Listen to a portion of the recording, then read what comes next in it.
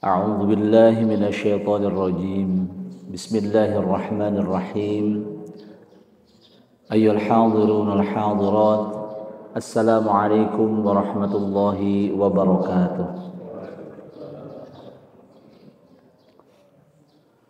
الحمد لله الذي جعل الشمس ضياء والقمر نورا فجعل القرآن نورا وضياء والصلاة والسلام على أشرف الخلق والمرسلين سيدنا محمد صلى الله عليه وسلم الذي كلامه نور وهديه ينفي الشرور واتباعه أمن وسلام من أطاعه اهتدى ومن حفظ عنه سما ومن لاذ بسنته لا يشقى صلى الله عليه وسلم وبعد.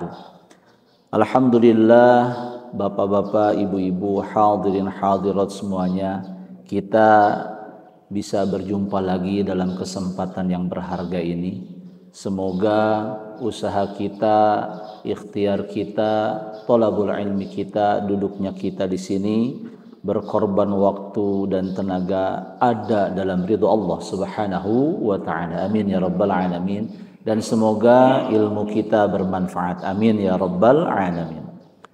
Ayol hadirul hadirat, pertemuan ini meneruskan bahasan As-Sirah An-Nabawiyah yang mana baginda Nabi Muhammad sallallahu alaihi wasallam adalah figur teladan kita dalam segala hal. Seorang bapak yang berkualitas, seorang pemimpin, seorang tetangga, bagaimana kehidupannya, kita mengambil pelajaran-pelajarannya. Maka bukan mengulang-ulang tapi mengingat kembali sebagai tadzkir wa tanbih untuk kita semuanya. Semoga kita selalu mentauladani beliau. Karena itu kita mengaji atau mengkaji bagaimana beliau perjalanannya. Di pertemuan ini kita teruskan tahun ketiga Hijriyah, yang mana dua pertemuan atau satu pertemuan sebelumnya ya, lupa saya, itu kita sudah bahas perang Uhud dan apa yang terjadi di dalamnya. Selanjutnya di tahun ketiga Hijriyah atau setelah baginda Nabi dengan para sahabat hijrah sampai di Yathrib yang mana nanti dinamai Al-Madinah Al-Munawwarah, ada kejadian-kejadian yang bisa kita ambil pelajaran. Salah satunya adalah di bulan Rabiul Awal itu bersejarah karena ada seorang tokoh yang selalu mengadu domba, selalu bikin kekacauan, bahkan mengkhianati perjanjian dengan baginda Nabi Muhammad SAW. Orang ini disebutkan beberapa kali ya dalam Al-Quran. Maksudnya si anu. Dalam Ali Imran disebutkan namanya Ka'ab bin Al-Ashraf. Namanya bagus, tapi akhlaknya waduh. Beliau atau dia Yahudi. Allahu Akbar. Setelah melanggar perjanjian, Ka'ab ini menyakiti Allah dan Rasulnya. Artinya berani menuduh dan membohongkan atas nama Allah dan Rasulnya. Pokoknya baginda Rasul Muhammad sallallahu alaihi wasallam sampai mengatakan Allah wa rasulah. Ia menyakiti Allah dan Rasulnya.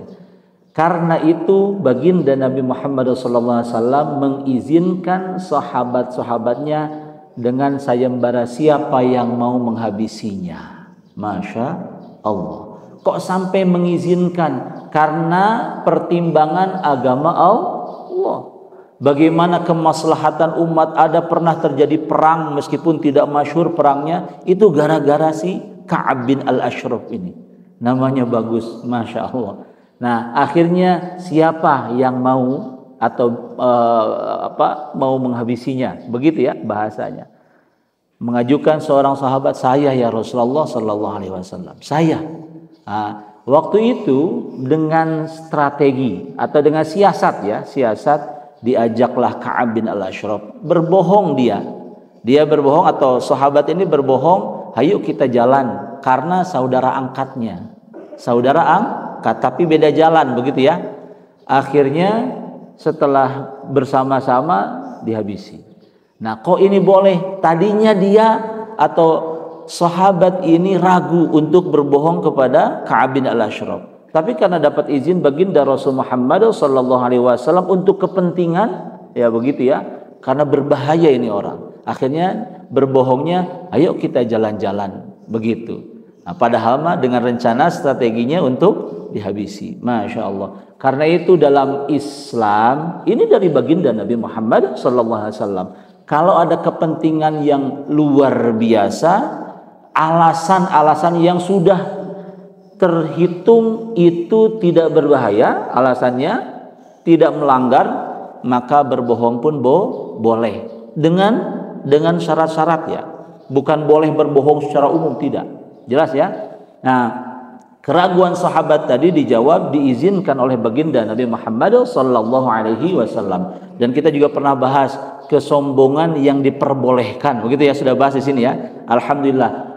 Sekarang kebohongan yang diperbolehkan dengan alasan tertentu. Tentunya bukan alasan duniawi ya, jelas ya. Itu dibolehkan oleh baginda Nabi Muhammad sallallahu alaihi wasallam karena dia telah menyakiti Allah dan Rasulnya. Bahkan yang berbahaya begini Bapak-bapak, dia itu melakukan penipuan. Dalam Ali Imran disebutkan ya, melakukan penipuan atas nama Allah. Ini aturan dalam kitab Taurat, begitu.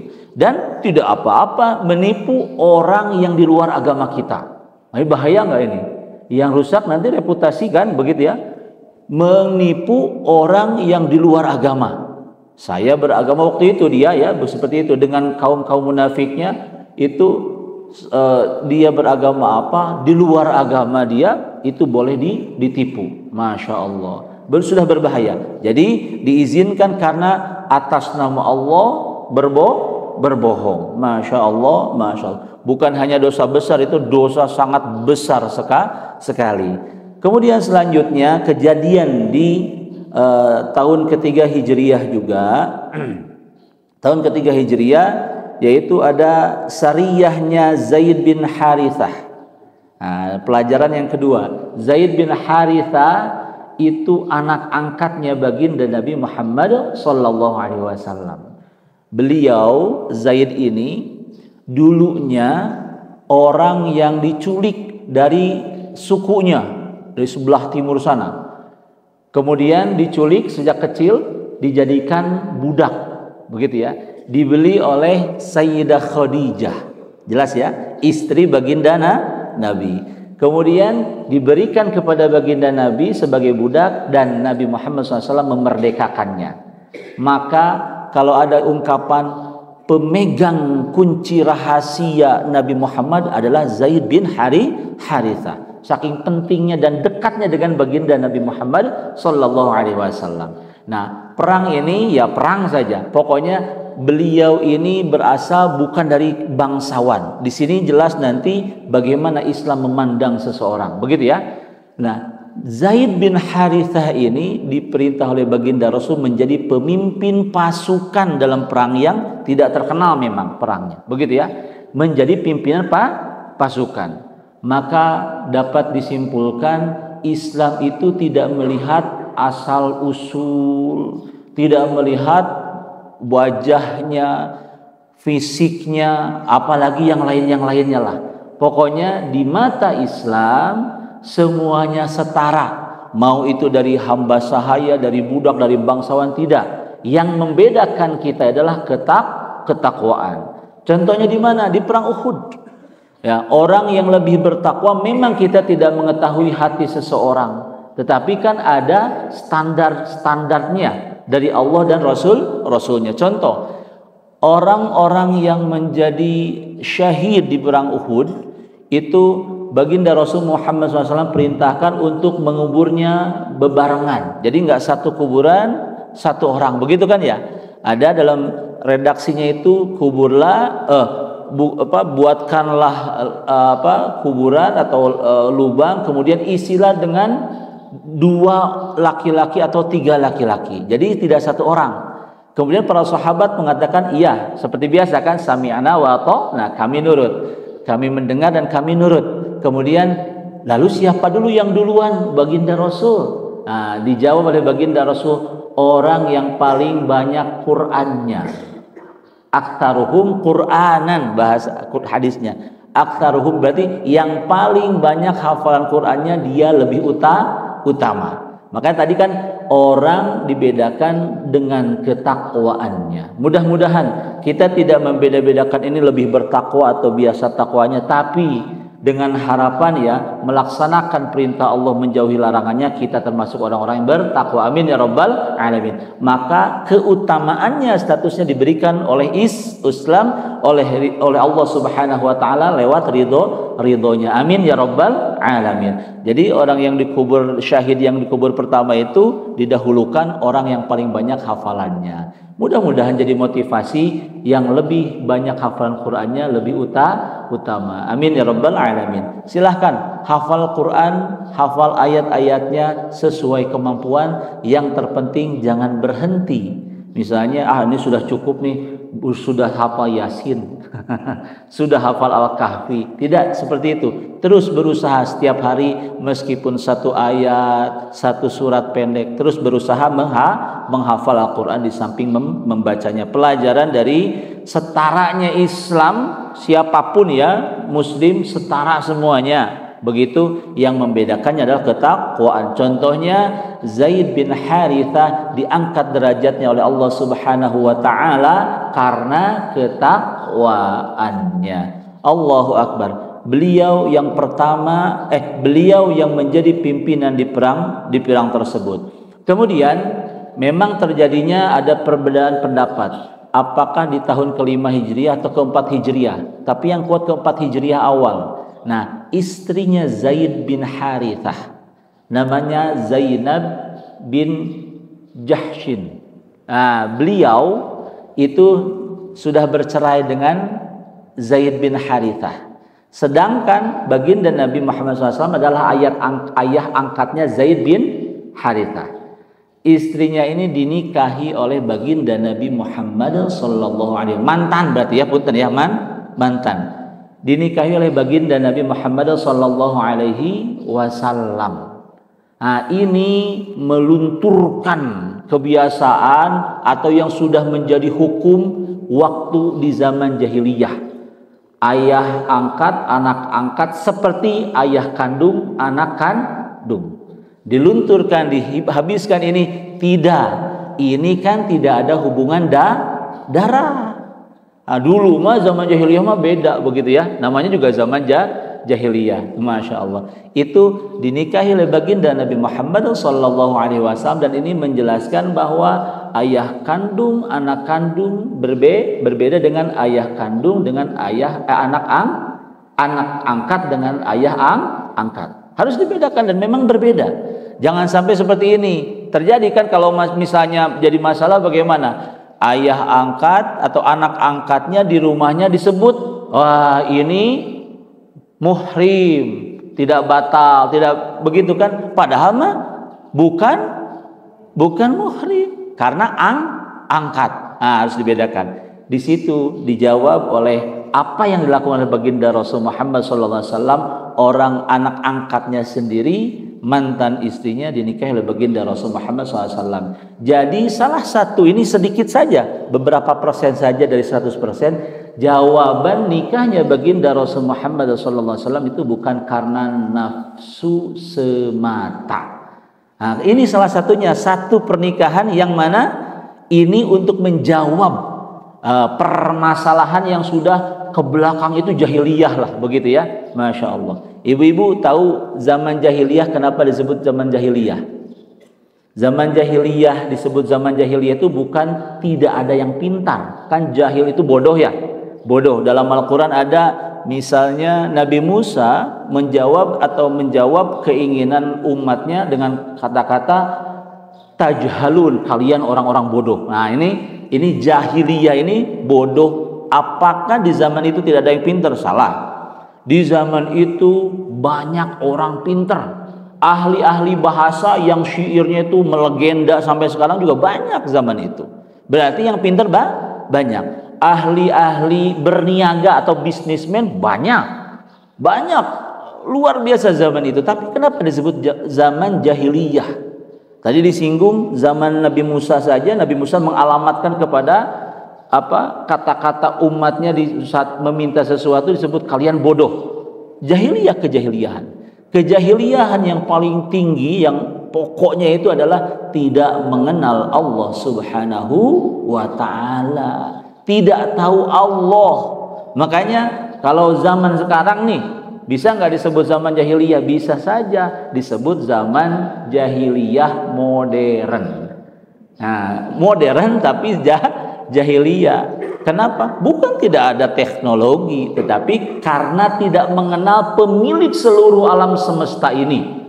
Nah, yang ada keterjerumusan, ya, ada keterjerumusan yang sangat berbahaya, yaitu zaman jahiliyah modern, yang mana kejahiliyahannya itu adalah menuhankan ayat suci Al-Quran, menuhankan hadis Rasulullah, menuhankan. Ini bahasa Indonesianya menuhankan, karena ilahun dalam bahasa Arab diterjemahkan ke bahasa Indonesia Tuhan, artinya yang disembah. Ada yang menyembah barang, ada yang menyembah sesuatu, itu berarti menuhankan sesuatu itu. Jelas ya?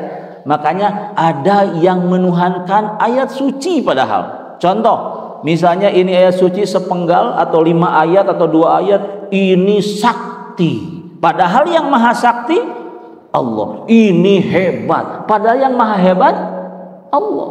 Itu keterjerumusan yang berbahaya, bahasa saya tadi ya. Keterjerumusan yang berbahaya. Sampai-sampai ya, Masya Allah, misalnya satu hadis yang luar biasa, memang luar biasa, dijadikan alat untuk menuduh orang lain misalnya. Nah, ini bahaya, menuhankan. Nah, atau satu hadis yang itu kandungannya zikir, misalnya apa ya, yang dekat dalam kehidupan sehari-hari, astaghfirullah alladzi la ilaha illa huwal hayyul qayyum wa atubu ilaih. Itu memang redaksinya seperti itu, begitu ya. Kalau itu dibaca dalam hadisnya, fi ma'nal hadis, orang yang kabur dari medan perang, nah, artinya pengecut, dan itu salah satu dosa besar, itu mudah-mudahan Allah ampuni dengan membaca ini. Jadi hadisnya begitu ya, astaghfirullahalladzi la ilaha illa huwal hayyul qayyum wa atubu ilaih. Orang yang kabur dari medan perang saja itu mudah-mudahan bisa diampuni gara-gara istighfar ini. Jelas? Nah, akhirnya orang yang menuhankan, bagaimana yang menuhankan hadis ini, yang menuhankan itu dia melakukan dosa, dan saya baca ini dosa saya diampuni. Itu termasuk kejahiliahan modern. Pan yang mengampuni mah Allah, betul kan? Yang maha mengampuni Allah. Hadis itu sudah luar biasa, syaratnya diampuni. Memang disebutkan kabur dari medan perang saja diampuni insya Allah, begitu ya, dengan membaca ini. Tapi kalau mengandalkan ini, enak saja melakukan satu dosa, itu namanya menuhankan hadis. Bahaya, karena beristighfar harus penuh keikhlasan, kesungguhan. Nanti bisa-bisa lakukan kesalahan, dosa, santai saja, ada doanya nanti istighfar, santai saja nanti ada ayatnya yang menyebabkan kita diampuni. Enak saja mengatakan seperti itu. Makanya tadi bahasa saya, keterjerumusan yang berbahaya. Itu kejahiliahan, kebodohan. Masya Allah, Masya Allah. Mudah-mudahan apa yang kita lakukan dalam keseharian, dalam ibadah, sisipkan selalu keikhlasan yang berkualitas. Kita terus pacu agar ikhlas. Mudah-mudahan kita jiwa dan raga kita dijaga oleh Allah Subhanahu wa ta'ala dari kebodohan semisal itu, begitu ya. Masya Allah, Masya Allah. Nah, di sini kembali lagi ke bahasan Zaid bin Haritha. Beliau orang biasa, tetapi diangkat oleh Allah karena ketakwaannya, dinilai oleh baginda Rasul layak. Bahkan para sahabat sebagian, karena beliau meninggalkan dalam perang ya, beliau meninggal. Para sahabat sampai mengatakan seperti ini, kalau Zaid ini hidup, dia pasti jadi khalifah. Nah, ini kira-kira tempatnya di mana itu?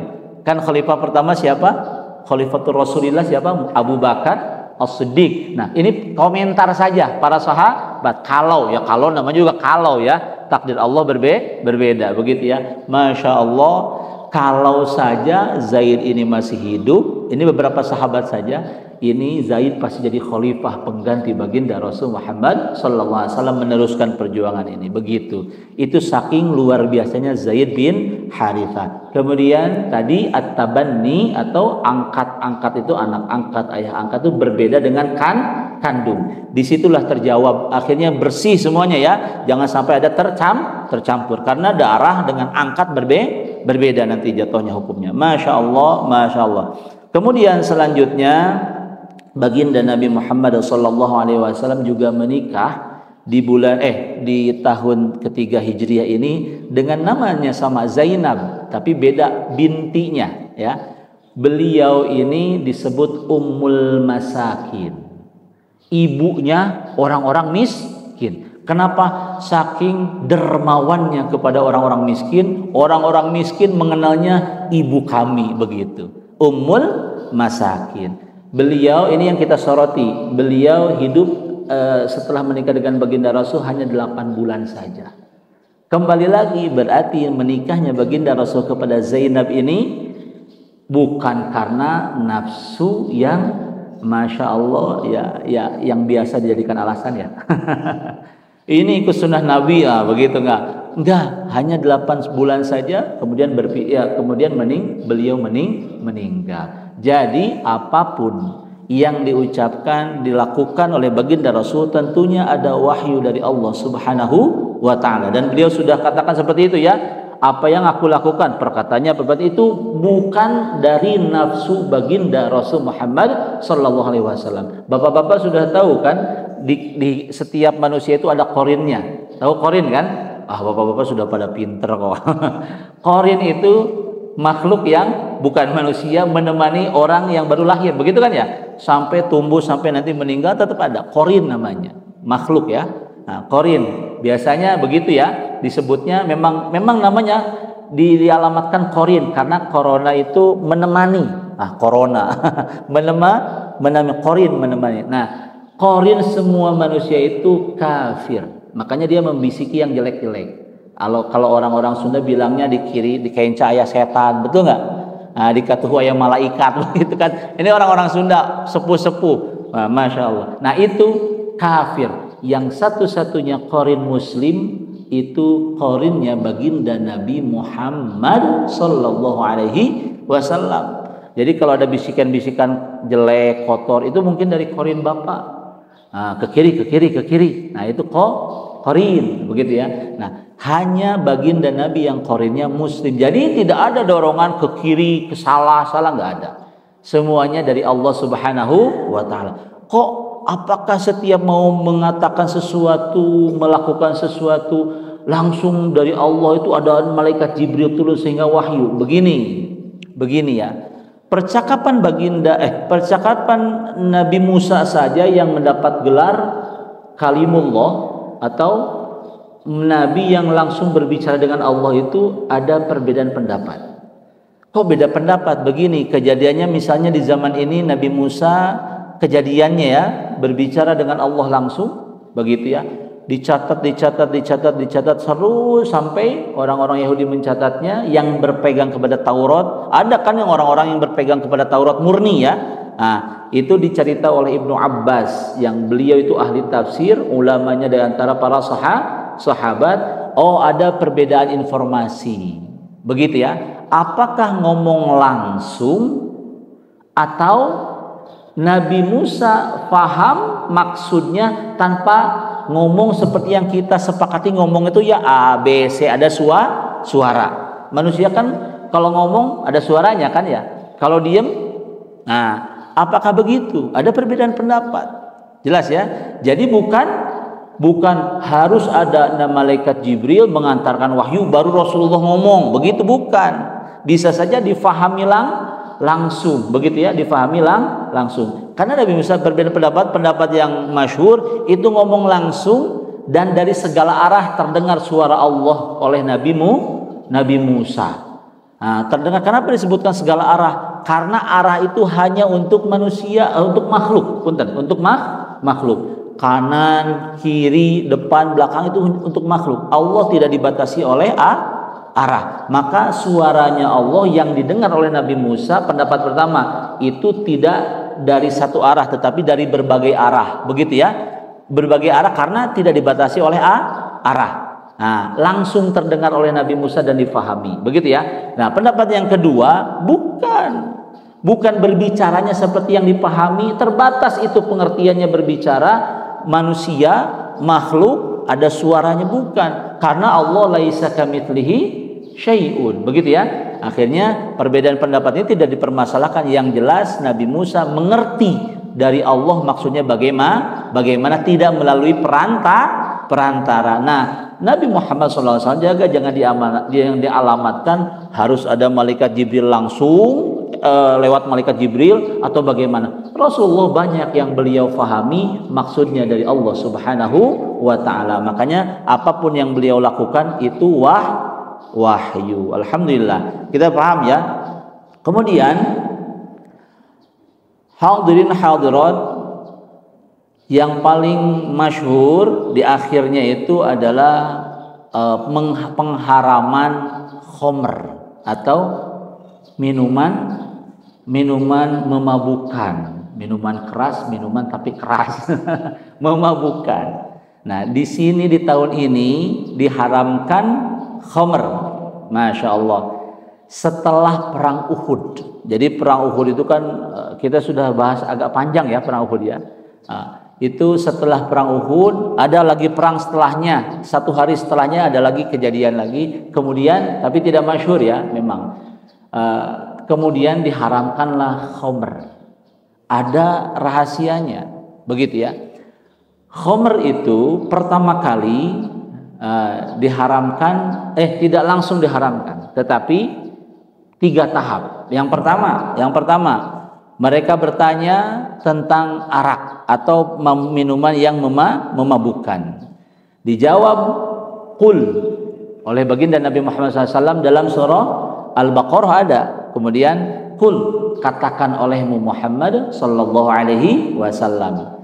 Itu dalam khamr memang di situ ada sandingannya yaitu judi. Nah, dan dalam judi itu ada dosa yang besar dan ada manfaatnya.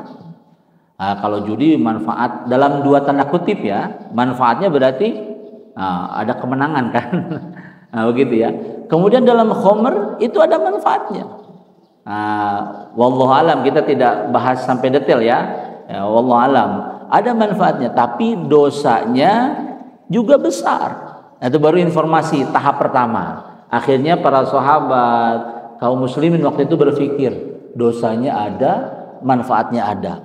Tetapi dosanya itu lebih besar dari manfaatnya dibandingkan, berarti kalau 50-50 berarti lebih dari 50 nih, apa 60 apa 70 begitu ya, pokoknya lebih besar dosanya. Oh, berarti kalau diajak berpikir demikian dosanya lebih besar, oh berarti mendingan ditinggalkan, begitu kan ya. Itu baru pertama. Tahap kedua ya ayyuhalladzina amanu innamal khamru wal maisir wal ansab wal azlam rijsun, itu najis, kotor, minasyaiton, rijsum min amali syaiton, amalnya setan, kotor.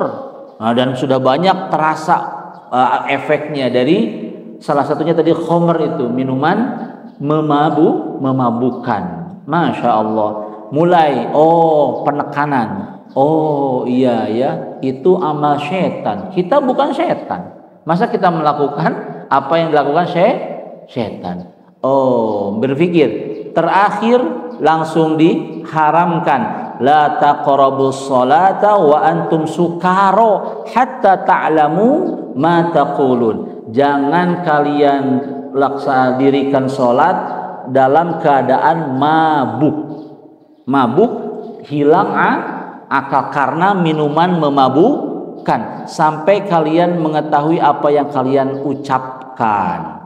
Dari bahasa ucapkannya dalam bahasan tafsir itu bisa saja kan, kalau yang tanpa akal mau minta surga malah minta neraka, ngeri nggak?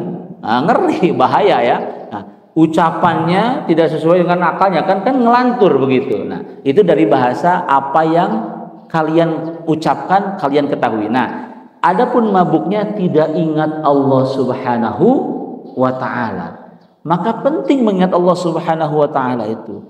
Dalam Al-Qur'an, alladzina amanu wa tatma'inna qulubuhum bidzikrillah, ala bidzikrillah tatma'innul qulub. Mengingat Allah, menyebut Allah, mengingat Allah, itu hati menjadi tentram. Begini gambarannya, kenapa setelah perang Uhud ini diharamkan, karena bahayanya sudah sangat ini membahayakan, begitu berbahaya sekali. Orang yang mengingat Allah tenang, tentram, damai. Misalnya yang di luar Allah, selain Allah diingat, tidak damai, tidak tentram, tidak tenang, karena tidak ada ujungnya. Selain Allah, misalnya tempat yang paling indah, menurut versi bapak, ibu berbeda, jelas gak? Pasti berbeda. Tempat yang paling indah menurut saya di dunia ini di sini. Menurut saya di sini, menurut saya tempat ini, menurut saya di mana tuh, di Eropa, menurut saya macam-macam definisinya, macam-macam kecenderungannya. Ah, saya mah lebih senang alam, ah saya mah lebih senang laut, beda-beda kan, nggak ada ujungnya. Kemudian apalagi ya, yang duniawi, yang nyata, kecantikan, kegantengan. Ini udah paling ganteng, ada lagi yang lebih ganteng. Ini paling cantik, ada lagi, nggak ada ujungnya. Nggak ada ujungnya. Tapi kalau disisipkan ada Allah di sana, disebutkan, diingat Allah di sana, berhenti sampai di situ, maka tenanglah yang mengingat Allah dalam itu. Misalnya tempat yang indah ini, Allahu Akbar, subhana ma khalaqta hadza batila. Begitu kan ya? Ya Allah, indah sekali. Sudah berhenti. Tidak akan terus lagi disebut yang mana. Apa yang dimiliki itu yang dicintai, karena alhamdulillah, segala puji milik Allah. Ini istri saya yang paling cantik dan tidak ada yang lebih cantik darinya. Kenyataannya ada yang lebih cantik kan? Kenyataannya ada yang lebih cantik. Pas Bapak lihat ini lebih cantik, tapi ini haram, ini halal. Makanya mengingat Allah dalam hubungan itu, dalam ini istri saya halal, alhamdulillah, sudah berhenti. Begitupun terus dalam hal yang ada Allah di sana, pasti tenang, pasti tentram. Apa? Mobil yang paling bagus, yang paling mahal, atau yang paling saya mah nggak perlu yang paling mahal, yang 5 miliar nggak perlu, begitu kan ya? Yang biasa saja. Saya mah yang nggak ada ujungnya. Yang menurut saya yang lebih bagus tuh yang pendek, yang tinggi, macam-macam lah. Pokoknya tidak ada ujungnya. Saat mengingat Allah, berhenti sampai sana, karena sadar pujian hanya milik Allah Subhanahu wa taala. Kita mah dapat nikmat dari Allah Subhanahu wa taala, dapat karunia, dapat anugerah, rezeki dari Allah. Maka alhamdulillah ya Allah atas ini. Berhenti, tenang kan? Alhamdulillah ya Allah atas itu, alhamdulillah segini, selalu ucapan alhamdulillah, ada Allah, mengingat Allah di sana, maka tenang. Coba bayangkan tadi, wala taqrabus shalah, kenapa sampai diharamkan? Mau sholat ingatnya apa? Untung Persibnya menang ya Pak ya. Tadi malam kalau Persib kalah, sholat subuh, aduh. Nah itu karena ingat Persib. Tapi kalau ingat Allah, itu urusan duniawi. Bismillahirrahmanirrahim. Tadi terdengar, bapak-bapak di sini itu terdengar. Jadi sebelum sholat baca dzikir, saya sering terdengar begitu ya. Ada yang baca Falak Binas, terdengar. Ada yang A'udzubika min hamazati syaitan, terdengar begitu ya. Jadi menyiapkan diri, ini saya mau sholat, Allahu Akbar, tenang nggak? Tenang. Tapi kalau yang duniawinya masuk di sini, apalagi sampai di sini, wah itu sholat, begitu ya, begitu gelisahnya karena dibawa bukan ingat Allah. Bayangkan apalagi yang mabuk, begitu ya. Maka penting merubah semuanya. Jangan dekati sholat dalam keadaan tidak berakal. Sukara itu mabuk kan tidak berakal, hilang akalnya saat mabuk itu ngelantur ya. Sampai kalian tahu apa yang kalian ucapkan dalam surah An-Nisa. Diharamkanlah minuman memabukkan di tahun ketiga Hijriyah. Kalau dalam hadisnya, hadis Rasulullah Muhammad SAW, tadi kan ayat Qur'annya Al-Baqarah, Ali Imran dan An-Nisa. Kalau dalam hadis Rasulullah Muhammad SAW, Abu Darda mengatakan, "Ausani khalili." Abu Darda itu salah seorang sahabat ya. Beliau bilang, "Kekasihku berwasiat kepadaku." Ini kan bahasa Abu Darda, bukan bahasa Rasul ya. Ausani berwasiat kepadaku kekasihku, yaitu baginda Nabi Muhammad sallallahu alaihi wasallam. Saking cintanya Abu Darda kepada baginda Nabi Muhammad sallallahu alaihi wasallam. Penggalan hadisnya di belakang ya, di ujungnya itu wala tashrabil khamra. Ini salah satu wasiat baginda Rasul kepada Abu Darda. Wa tashrabil khamra fa innaha, aduh, apa itu? Di bawah, Pak.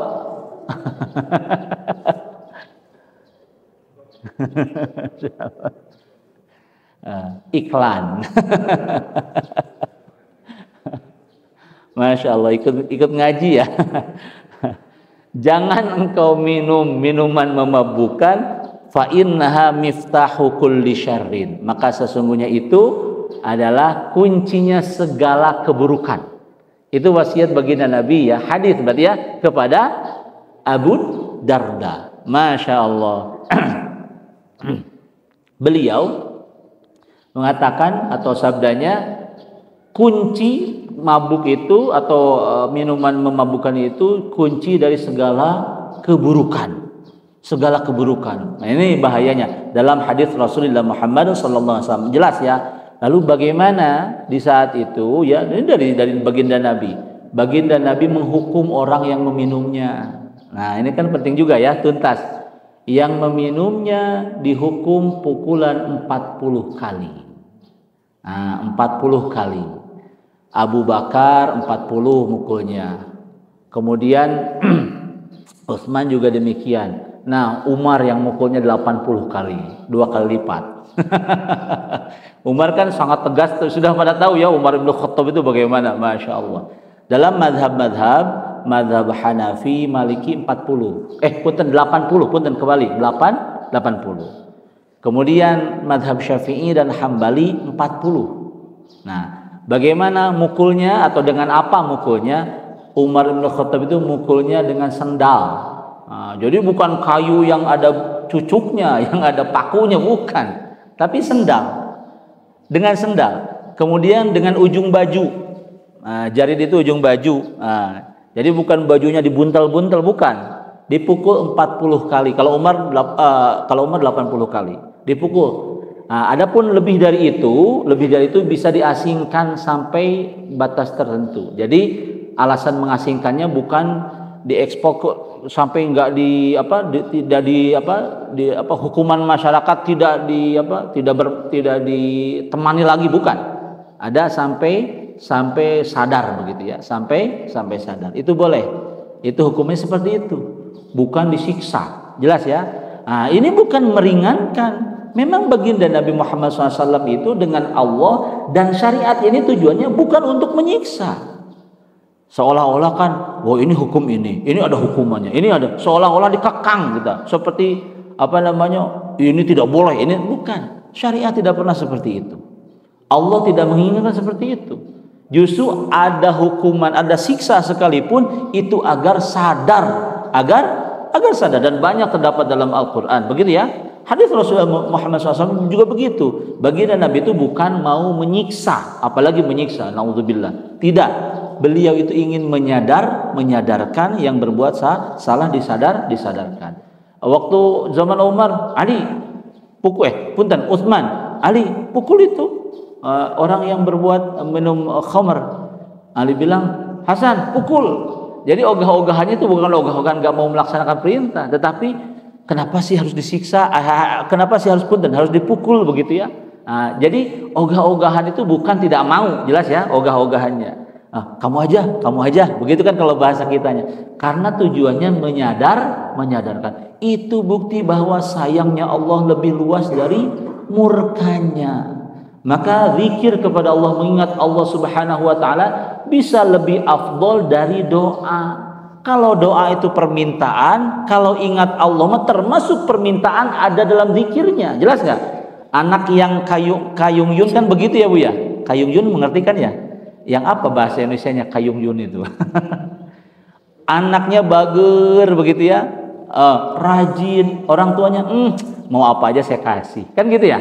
Karena bager, karena rajin, sopan, mendoakan, sering bantu orang tua, rajin menabung begitu. Pokoknya baik nih anak, maka orang tuanya apa aja saya kasih deh, begitu kan ya? Nah, zikir dengan doa, setiap doa itu pasti zikir. Tapi kalau doa permintaan itu meminta zikir lebih afdol daripada doa. Masya Allah. Misalnya, kan ada yang orang yang sampai bingung, sampai habis kata-katanya dalam meminta. Misalkan sudah meminta 5 hal, tapi habis kata-katanya hanya mengucapkan ya Allah kabulkan, ya Allah, dalam hatinya mah ada ya Allah, itu zikir. Nah, itu lebih afdol dari doa, bukan doa kelas 2 zikir kelas 1, bukan begitu ya. Dua-duanya kepada Allah Subhanahu wa taala, dan itu amal ibadah, tapi zikir lebih afdal, mengingat Allah di dalamnya. Masya Allah. Bukan ini ya, bahaya ya kalau misalkan ini ini pasti Allah kabulkan, bukan begitu ya. Maka keogahan tadi para sahabat untuk melaksanakan hukuman peminum minuman memabukkan itu bukan ogah, tetapi karena memang tujuannya menyadarkan begitu, dan ada syaratnya. Bukan yang misalnya ada yang mabuk dipaksa, apa bahasanya, dicekoki ya, ada ya zaman sekarang ya, dicekoki misalnya, itu tidak. Harus orang yang berakal, muslim, pertama muslim, orang baligh dulu, baligh baru berakal, dan dia betul-betul memilihnya kesadaran dia. Jadi bukan dipaksa. Berarti yang dipaksa tidak perlu dihukum, jelas ya, yang dipaksa. Kemudian yang kedua, tidak berakal, tidak perlu. Kemudian belum baligh, tidak perlu, dan bukan muslim, itu bukan urusan kita. Paham ya? Jadi syaratnya muslim, baligh, berakal, dan memang dengan sadar pilihannya, baru dihukum. Atau bagaimana kalau misalkan tidak ada yang tahu? Punten, bagaimana kalau dia tidak ngaku? Ada saksi minimal 2 orang laki-laki. Berarti jangan asal menuduh untuk begitu ya, untuk menghukum. Harus ada beberapa syaratnya agar dilaksanakan hukuman untuk menyadarkannya. Jelas ya sampai situ ya? Diharamkan minuman memabukkan ini di tahun ketiga Hijriyah. Orang-orang yang berzikir itu dekat dengan Allah, tenang, kemudian tentram, damai, bahagia. Saya ajarkan dari baginda Rasul Muhammad SAW, saya teruskan di sini. Siapa yang berzikir atau manfaatnya zikir itu banyak sekali Bapak-bapak. Manfaatnya zikir. Ada salah satu kitab menjelaskan manfaatnya 70 manfaat. Nah, kalau kita disebutkan sekarang terlalu panjang ya. Kalau 70 manfaat berzikir, saya sebutkan 3 saja manfaatnya. 3 mewakili yang 70 ya, sedikit saja. Yang pertama, berzikir itu menghapus dosa dan kesalahan. Nah, Allah Subhanahu wa taala ajarkan baginda Nabi Muhammad SAW bahasan zikir ini, riwayat Al-Imam Al-Bukhari dan Muslim atau muttafaqun alaih. Siapa yang berzikir ya, mengucapkan dalam 1 hari dan malam, Subhanallah wa bihamdih. Hafal enggak? Hafal ya. Subhanallah wa bihamdih mi'ata marrah, 100 kali. Siang dan malam, berarti 24 jam, bukan malam saja ya. Dalam 24 jam itu mi'ah marrah, 100 kali, maka kesalahannya dihapus oleh Allah Subhanahu wa ta'ala, meskipun seperti banyaknya buih lautan. Ini masyhur ya. Jadi mengucapkannya berapa kali? Subhanallah wa bihamdi 100 kali. Ini zikir di lisan atau di qalbu? Zikir ini di lisan boleh, di qalbu boleh. Yang afdal dua-duanya. Subhanallah wa bihamdi, di sini juga subhanallah wa bihamdi. Begitu ya, dua-duanya yang lebih afdal. Tapi boleh nggak salah satunya? Boleh. Kalau dari dua ini yang lebih afdal mana? Dari dua ini yang lebih afdal di qalbu, bukan di lisan. Dan yang lebih afdal di qalbu. Nah, begitu ya. Subhanallah wa bihamdi 100 kali, mudah-mudahan kesalahan Allah ampuni. Amin ya rabbal alamin. Kemudian zikir itu apakah harus subhanallah wa bihamdi saja? Nanti kita sebutkan ya. Ada dua macam zikir. Ya, begitu ya. Yang kedua investasi kita annahu ghurasun jannah, tanaman surga. Man qala subhanallahil azim wa bihamdi. Kalau tadi subhanallah wa bihamdi, ini ada al-azimnya. Nah, siapa yang mengucapkan itu, maka satu pohon di surga ditanam untuk yang mengucapkan itu. Pohon apa? Nakhlah, kurma. Kalau pohonnya ibu ada di surga, ibu di mana? Mudah-mudahan di surga. Dan semua mukmin insyaallah di dalam surga Allah Subhanahu wa taala. Namun kan kita pengennya yang hisabnya itu cepat ya, atau tanpa hisab. Amin ya rabbal alamin. Udah Allah ampuni, masuk surga langsung. Amin ya rabbal alamin. Begitu. Masya Allah. Jadi satu subhanallahil azim wa bihamdi, satu pohon di sana. Diucapkan 100 kali, ibu jadi petani kurma nanti. Masya Allah, ini bercanda saja ya. Nah, maksudnya banyak pohon di surga, berarti kita luas lahannya di surga. Amin ya rabbal alamin. Satu pohon itu dari subhanallahil azim wa bihamdi. Mudah ya. Tadi subhanallah wa bihamdi 100. Subhanallahil azim wa bihamdi, satu kali satu pohon, 1000 kali 1000 pohon. Amin ya rabbal alamin. Kemudian yang ketiga ya, faidahnya zikir. Yang tiga saja kita sebutkan. Zikir tadi saya singgung sedikit, itu lebih afdol dari doa. Karena zikir itu pujian kepada Allah yang tulus. Pujian kepada Allah yang tulus. Kalau ada keinginan tersembunyi dalam kalbu kita, Allah tahu. Jelas ya? Kalau doa kan langsung minta, Allahumma misalnya, ya Allah mudahkan urusan saya hari ini, mau ke sana. Jelas. Nah, tapi kalau dipuji Allah Subhanahu wa taala, pikiran kita kan sudah ada program, rencana hari ini mau ke sana, begitu ya? Hari ini mau ke sana. Allah tahu itu.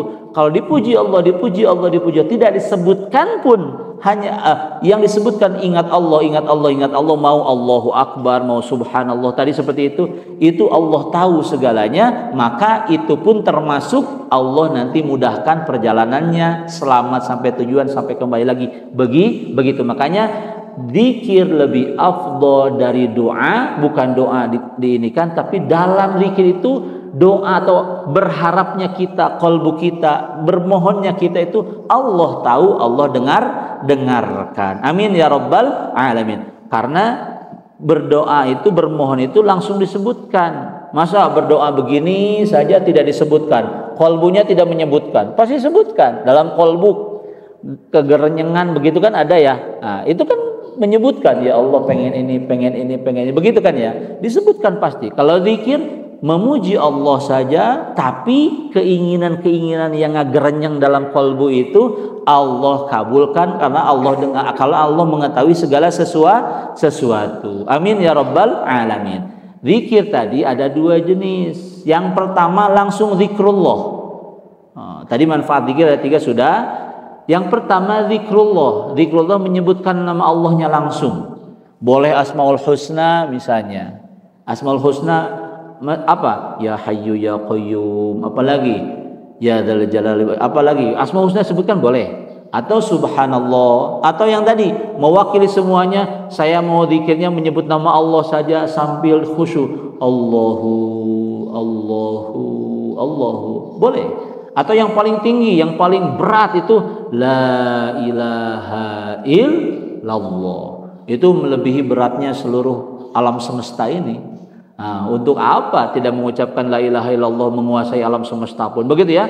Tentunya makanya la ilaha illallah itu lebih berat, melebihi alam semesta ini seluruhnya. La ilaha illallah. Boleh. Jadi ada nama Allah disebutkan di situ langsung, itu namanya zikrullah. Nah, jenis kedua itu zikrun fillah. Mengingat dalam rangka mengingat Allah Subhanahu wa taala. Satu, menyebutkan atau membahas perintah dan larangan Allah itu termasuk zikrun fillah. Ya pengajian biasanya. Jadi kalau inilah tadi khamr dilarang di tahun ketiga Hijriah, itu sudah zikrun fillah. Kemudian ya, menyebut nikmat-nikmat Allah Subhanahu wa taala, tahaddus bin ni'mat. Tadi salat rakaat kedua itu bi ni'mati rabbika fahaddits, tahaddus bin ni'mah. Jadi kalau ibu dan bapak misalnya duduk di teras, alhamdulillah anak sekarang misalnya sudah sejahtera di mata manusia, alhamdulillah. Itu tahaddus bin ni'mah bukan?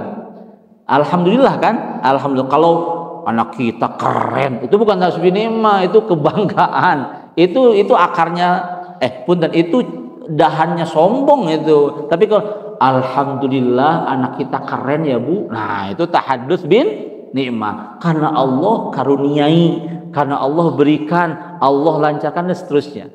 Itu sudah zikrun fillah. Apalagi sambil ngeteh bisa ya? Bisa. Alhamdulillah ya Bu, kita doakan mudah-mudahan anak kita nanti tambah lagi suksesnya, tambah solehnya. Begitu kan ya? Itu sudah zikrun fillah. Masya Allah. Jadi bisa lebih luas. Apapun tahaddus bin nikmahnya, yang penting ada di sana Allah Subhanahu wa taala diucapkan alhamdulillah. Ditambah lagi doa, mudah-mudahan, semoga, itu bagus sekali. Itu sudah zikrun fillah. Jadi jenisnya ada dua, zikrullah dan zikrun fillah. Silahkan, semoga dengan selalu mengingat Allah Subhanahu wa taala, hidup kita, jiwa dan raga tenang. Amin. Tentram, bahagia, damai.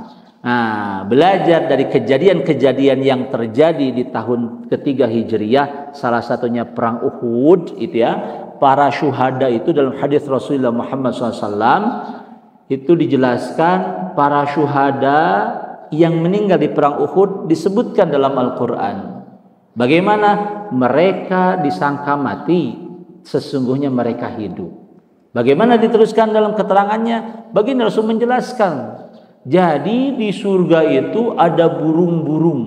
Nah, ruhnya syuhada ini berada di dalam burung-burung yang berwarna hijau.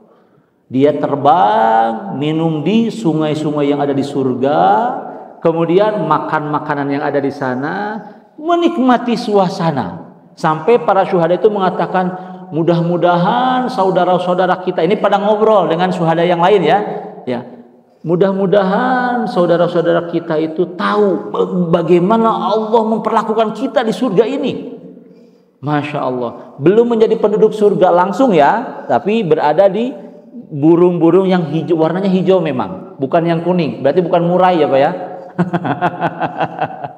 Warnanya hijau itu burung surga, bukan burung yang ada di dunia. Masya Allah. Masya Allah, betapa Allah memperlakukan kita ini baik sekali. Nah, mudah-mudahan saudara kita tahu. Ternyata Allah komentar. Allah berfirman apa? Saya sudah kabarkan kabar ini kepada mereka. Jelas ya? Jadi orang-orang yang di dunia waktu itu bersama baginda Rasul sudah tahu dari siapa? Dari baginda Rasul. Bahwa Allah memperlakukan saudara-saudara kalian yang syuhada ini di surga Allah begini, betapa mulianya. Nah, firman Allah, saya sampaikan kabar kalian tentang kalian kepada mereka. Masya Allah. Jadi maksudnya para syuhada itu agar para saudara-saudara kita di dunia itu tidak takut berjuang, tidak takut berkorban karena balasan dari Allah itu luar biasa. Bahkan dari para syuhada ada yang mengatakan, ya Allah saya pengen balik lagi ke dunia. Apa? Saya pengen syahid lagi katanya. Masya Allah, saya ingin syahid lagi. Nikmat katanya. Masya Allah. Mudah-mudahan kita bukan di medan perang memang sekarang, tapi kita berjuang di jalan Allah. Amin ya rabbal alamin. Allah berikan kekuatan, Allah berikan kesempatan, dan kita betul ambil kesempatan itu sehingga kita termasuk orang-orang yang berjuang berkorban di jalan Allah Subhanahu wa taala. Amin ya rabbal alamin. Dengan bentuk apapun perjuangannya. Amin ya rabbal alamin. Untuk selanjutnya saya pikir cukup ya untuk tahun ketiga. Insyaallah pertemuan selanjutnya tahun keempat insyaallah. Ada beberapa hal yang saya singkat ibu-ibu, bapak-bapak, seperti nggak semua perang disebutkan. Yang banyak mauidhahnya dan hukum-hukumnya saja yang bisa kita ambil, kita laksanakan insyaallah. Barangkali ada pertanyaan, silahkan, masih ada waktu.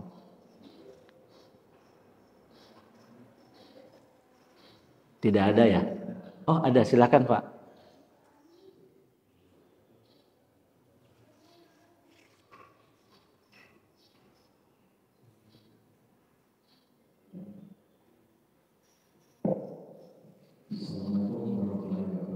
Waalaikumsalam. Kalau orang di dalam kondisi tidak sadar dengan amal baik, dia tidak bisa dengan mendosakan tidak sadar. Iya. Tidak sadarnya karena minuman memabukkan dengan tidak sadarnya karena kondisi alami itu berbeda, Pak. Kan manusia tidak ditulis dosanya dalam 3 kondisi kan? Yang pertama itu lupa. Yang kedua tidak ada akalnya atau gila. Nah, gila itu kan alami. Artinya bukan karena minuman. Bukan karena asupan tertentu, begitu. Yang kemudian yang ketiga tidur. Orang yang tidur tidak terdengar apa-apa, tidak melakukan sholat, tidak apa-apa. Bukan menggampangkan ya. Tapi orang yang sedang tidur, dia karena capek tidak sadar, itu tidak apa-apa. Saat lewat waktu sholat nanti diganti, itu beda ya bahasanya. Jadi kalau khamr itu ada asupannya kan, jadi ada yang minuman memabukkannya berbeda, tidak sadarnya berbeda. Tentunya orang yang tidak sadar karena khamr itu berdosa, minumnya saja sudah dosa, apalagi akibatnya. Jelas ya, apalagi akibatnya. Masya Allah. Yang lain silakan. Tidak ada. Alhamdulillah. Mudah-mudahan apa yang dijelaskan bisa diamalkan. Amin ya rabbal alamin. Karena tidak bosan-bosannya kita mengingat atau mengulang-ulang mengaji itu ibadah. Tadi zikrun fillah. Apalagi ada zikrullahnya. Mudah-mudahan ya. Mudah-mudahan Allah menerima amal ibadah kita dan kita termasuk orang-orang yang Allah spesialkan. Amin ya rabbal alamin, dunia akhirat. Amin ya rabbal alamin. Semoga kita semua selalu dijaga oleh Allah Subhanahu wa taala, dilindungi oleh Allah Subhanahu wa taala, atau bahasa sederhananya sehari-hari itu keselamatan. As-sihah wal afiyah. Al-afiyah itu keselamatan. Maksudnya keselamatan, Allah selalu menjaga jiwa dan raga kita. Amin ya rabbal alamin. Kan itu doa. Jadi Allah ada dalam upaya penjagaan, penyelamatan, perlindungan kita dalam keseharian. Amin. Jiwa dan raga termasuk qalbu selalu beriman kepada Allah Subhanahu wa taala. Amin ya rabbal alamin. Allah mengaruniai kita kesehatan dan keafian. Amin. Dikaruniainya kita, saya, bapak-bapak, ibu-ibu semuanya umur yang panjang. Amin. Dan berkah. Amin ya rabbal alamin. Kita berdoa kepada Allah Subhanahu wa taala dengan harapan itu, mudah-mudahan Allah kabulkan, diwakili dengan Al-Fatihah. A'udzubillahi minasyaitonirrajim. Bismillahirrahmanirrahim. Alhamdulillahirabbil alamin, arrahmanirrahim, maliki yaumiddin. Iyyaka na'budu wa iyyaka nasta'in. Ihdinas siratal mustaqim, siratal ladzina an'amta 'alaihim ghairil maghdubi 'alaihim waladdallin. Amin ya rabbal alamin. Itu saja yang bisa disampaikan. Saya mohon maaf bila ada khilaf, ada salah. Astaghfirullahaladzim. aqul lakum assalamualaikum warahmatullahi wabarakatuh.